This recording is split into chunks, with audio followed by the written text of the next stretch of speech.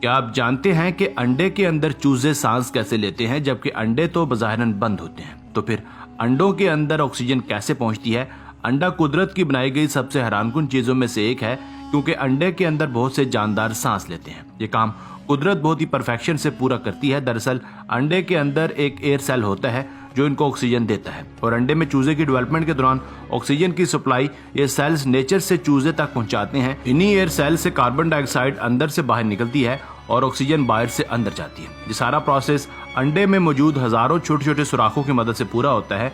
इन छोटे पोर्ट्स की तादाद लगभग 17,000 तक होती है, जिन्हें सिर्फ मैग्नीफाइंग ग्लास की मदद से ही देखा जा सकता है।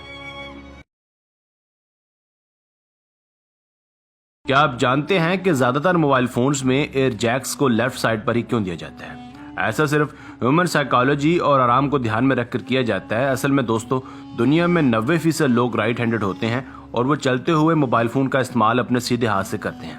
अब अगर जैक राइट साइड पर हो और हमारी हथेली फोन को टच करेगी, इस तरह हमारी मोबाइल फोन की ग्रिपिंग कभी भी महफूज नहीं हो पाएगी।